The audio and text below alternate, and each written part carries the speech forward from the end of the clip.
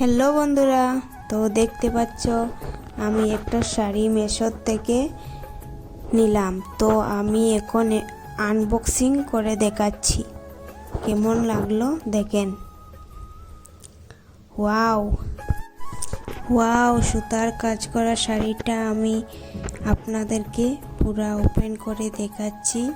তো দেখতে পাচ্ছ এটার সাথে একটা ব্লাউজের পিসও দিয়েছে। শাড়িটা একটু পাতলার মধ্যে টিকি আছে, যেমন দাম তেমন শাড়ি।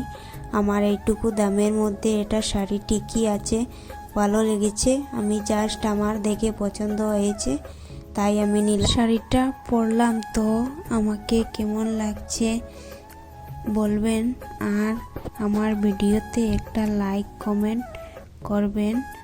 আর যদি নতুন হন তাহলে আমার চ্যানেলে সাবস্ক্রাইব এবং ফলো করে যাবেন।